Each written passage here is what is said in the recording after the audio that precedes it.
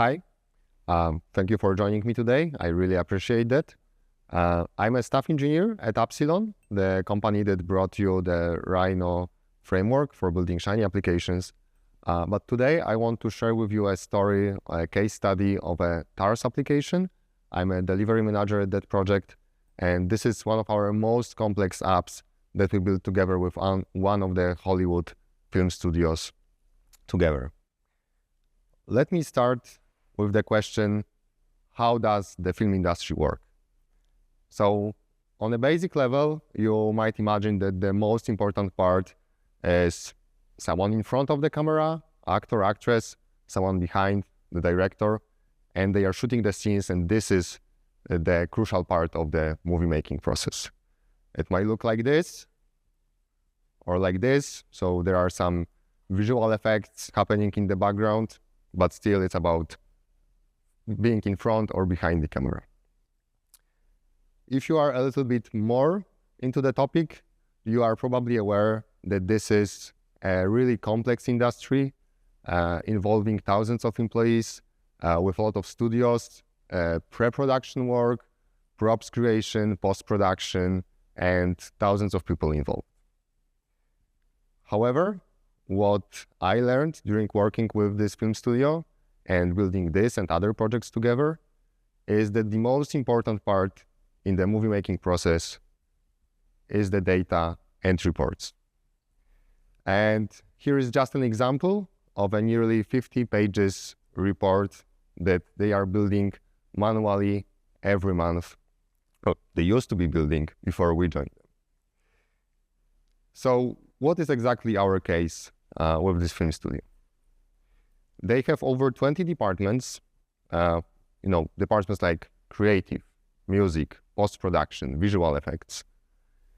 And they are working on around 300 productions. They are reporting and collecting data about around 300 productions at the same time that are on the different stages.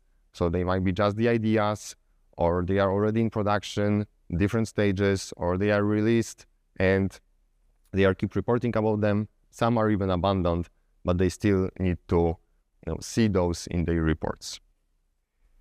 And they used to build around 60 manually generated reports, mostly to coordinate the work between those departments so that one department knows that, okay, this is our time to take over the work and continue the process of movie making because the other department is ready with their work. Of course, they were using some templates, reusing the previous version of the report, but still this is a lot of work happening. But that's fine, okay, movie making requires a lot of work, but then at the end they are delivering us the great pieces of cinema. But the point is that no one was happy with the result. So with those reports that they put a lot of efforts, a lot of hours into this process, they were not satisfied with the process. And this is the moment when we joined them. And let me tell you a little bit more about the reasons behind this and how we help them to solve those. So with these reports, there was no single source of truth. So the data was coming from different databases, sources, and you could never be sure that what you're seeing is actually up to date, and this is the latest value for a particular field in your report. There was no confidentiality, and the reports were mostly shared via email, and because it was a lot of manual work, they kind of like tried to really put everything in a single report and share this with everyone, because that requires less working for them. However, it wasn't super efficient way to share sometimes sensitive data.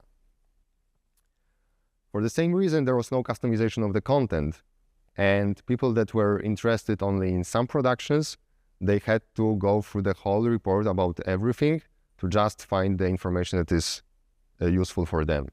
Again, of course, they could create their report for that particular production, but one extra manual report to be added. And there was no clarity about those dependencies between the departments. So if you are interested in changes for a particular production, you need to open this email every month, find a report, 50 pages, find this information, like, okay, nothing changed. I can wait more.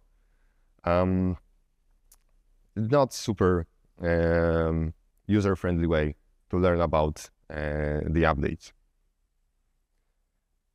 Okay, so the tool that we created together with the film studio is called TARS. And this is not an acronym. TARS is a robot from the Interstellar movie that you might have seen. It's a complicated one. I don't understand the full plot, but the robot was helping those astronauts to navigate, to do some heavy calculations during their travels. So this is quite accurate name for the tool that we delivered.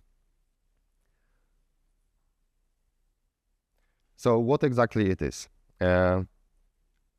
Right now, this is a single source of all film data for all those productions that are ongoing.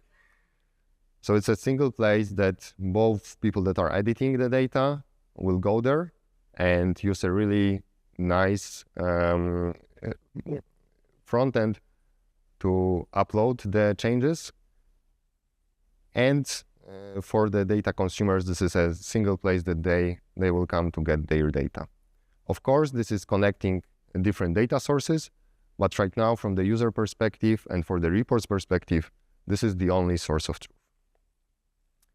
This is also an automated report generation, a feature that is quite complex, and I will tell you more about this, also from the technical perspective, how it's operates. But right now, all those manual reports and many more are automatically created with a given schedule and distributed for all the recipients interested. Also, this is a tool that solves the access rights. So both on a level of the application, so there might be admins of the application and regular users, as usual, and this is like pretty simple. You can solve that with POSIT Connect groups, for example, but this is also controlling the access to specific titles and even the fields, so that people will, when they enter the TARS application, they only see the data that is relevant to them and nothing else. And this is truly a game changer for the film studio of how they are working with data and reports. So if there is any justice in this world, the next Academy Awards should be something like that.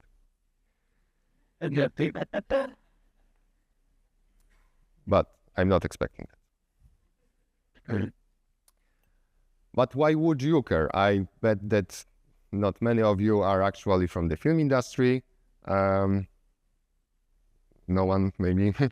However, those issues might sound really familiar with the data quality, managing access, efficient reporting, and you probably face them in your organization as well.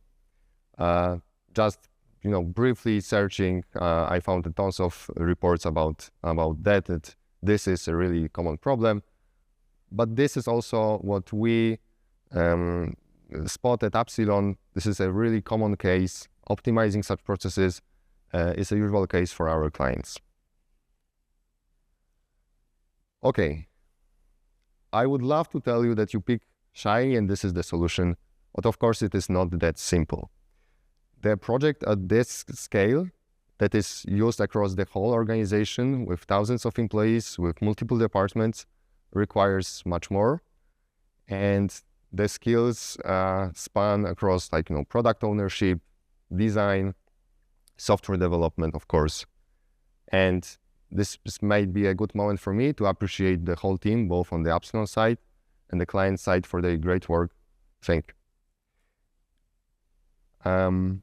And Shiny is a technology layer on top of all those skills required to deliver this project.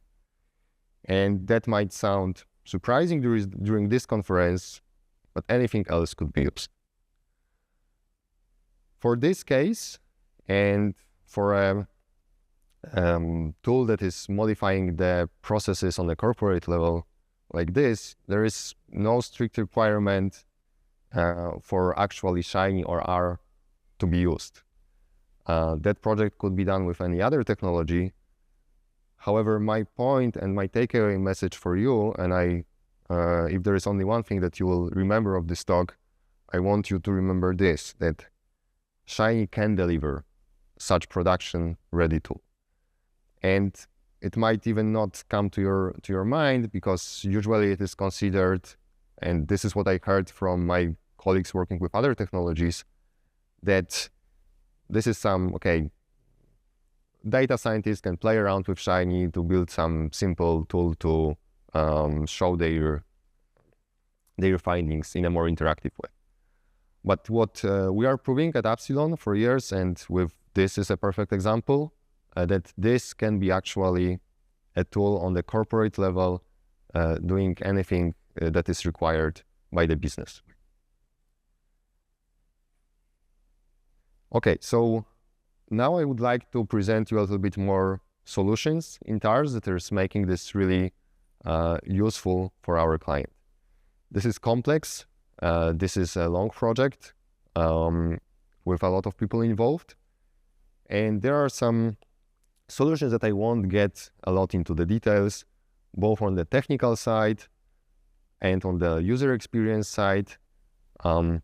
Just recently, we introduced this Confluence integration, for example, that allows our non-coding product owner to edit the help page using the editing tool in Confluence, and this is automatically and directly reflected inside the Shiny application.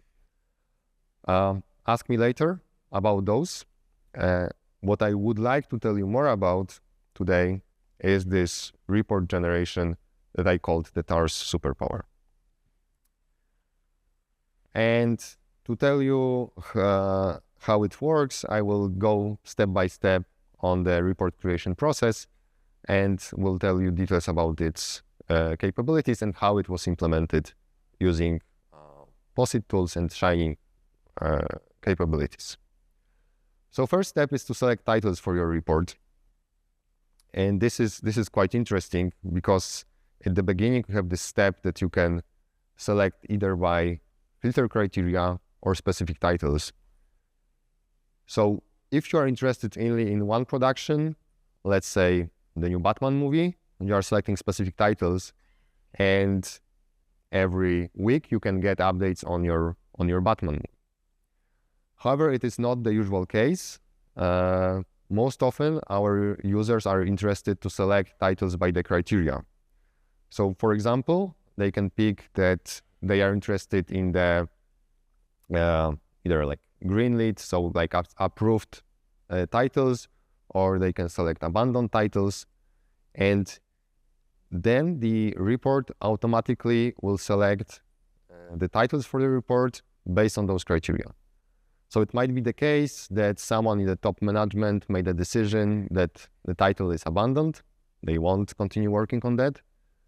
And now with TARS, as a report creation for abandoned titles, you don't need to find this information through some different channels. It will be automatically included in your report for abandoned titles. Okay, so the second step is to configure your report, and this is to select the fields that you will include. So as you might recall, I said earlier that the big problem was that the reports are super general, including all informations sent to all recipients. Now you can make your report very specific. Select only the fields from a department that you are interested in reporting for your selected titles. So the reports might be really covering only that you are interested in. Okay, and the first step, and maybe the most important, is automation of the report generation and scheduling.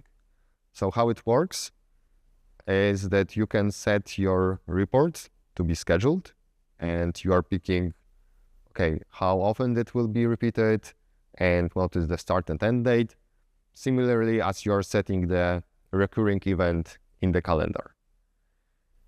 And with this schedule, your reports will be generated and automatically distributed to your recipients.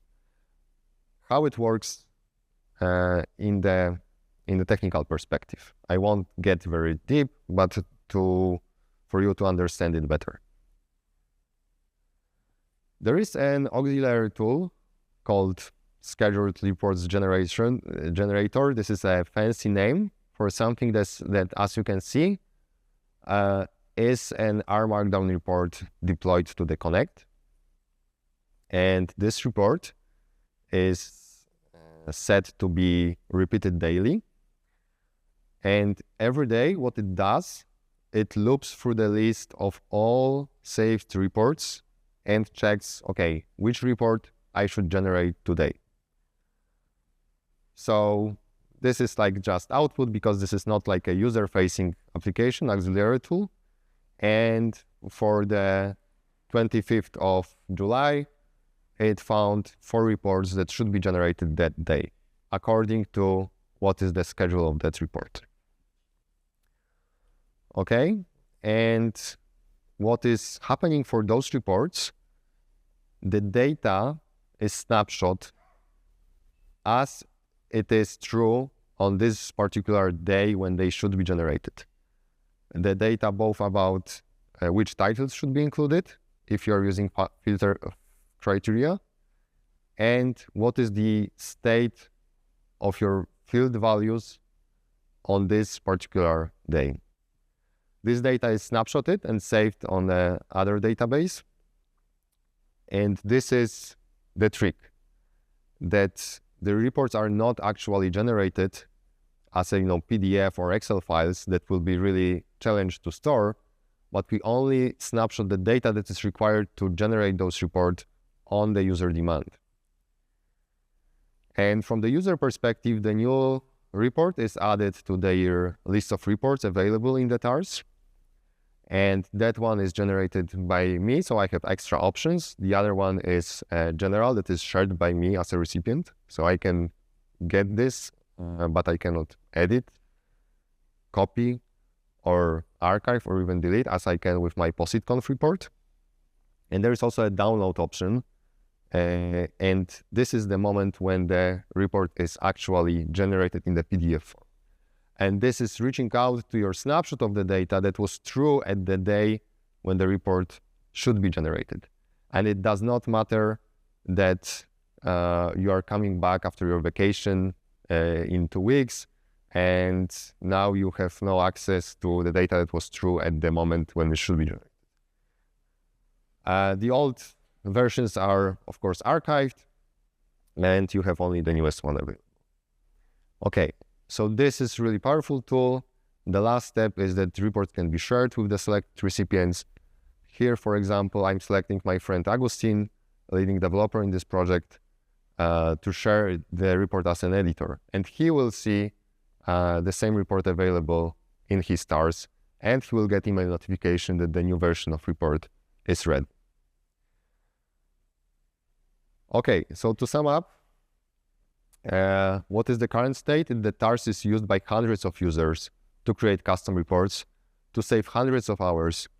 And if next time you go to cinema, the movie will be actually created using the TARS, if this is coming from that film studio.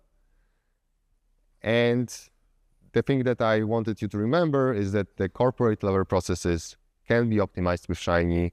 There are no limits here when it comes to build the really production level software. Thank you very much. You can find me here or near the Epsilon booth, and I will be happy to answer any questions. Thank you.